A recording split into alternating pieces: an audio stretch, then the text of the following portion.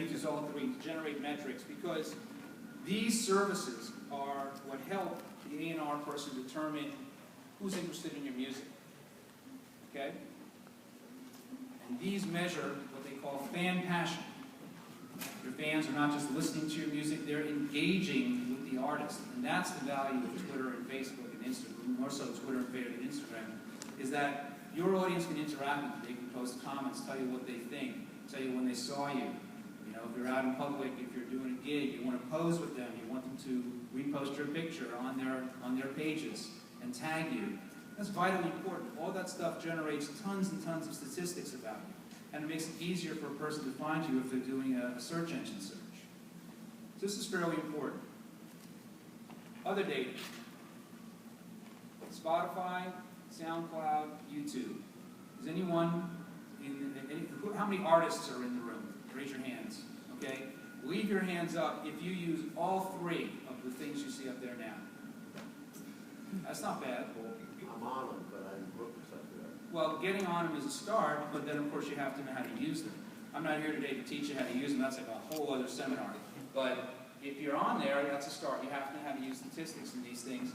Because when A&R people look at your statistics on this, this measures the audience's response to your music. If they can see that you've got, 100,000 streams on YouTube, that's going to be of interest to them. I guarantee it. If they see that you're getting 10,000 or 100,000 streams on Spotify, you're going to have a meeting with someone important.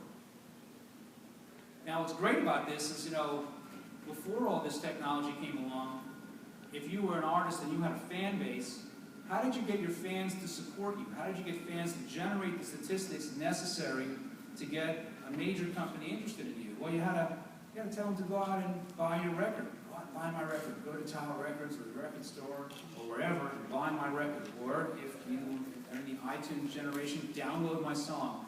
You know the problem with this? I'm sure all of you have encountered this. Even though it's only $1 to have someone download your song, it's still a hassle.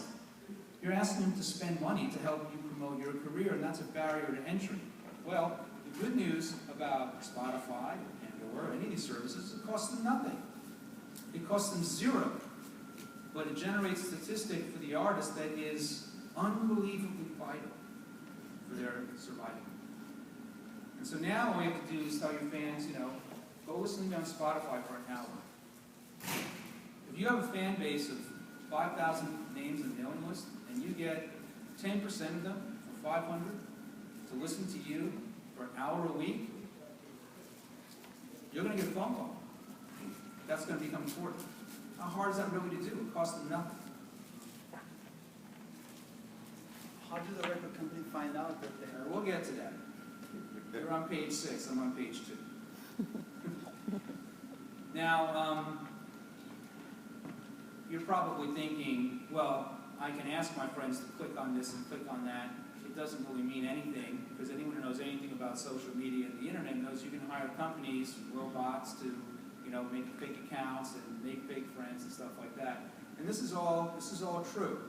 And A&R people know that you can fake some of these numbers, but unless you've got a very large budget, you can't fake all of them. You might be able to get, it's easy to get, 1,000 followers on Twitter. That doesn't really cost a great deal of money. There'll be fake followers, but there'll be followers. But getting, 100,000 people to stream you on YouTube, that's really tough to buy. Really, really tough to buy. And they know this. So they keep track of which statistics are working where.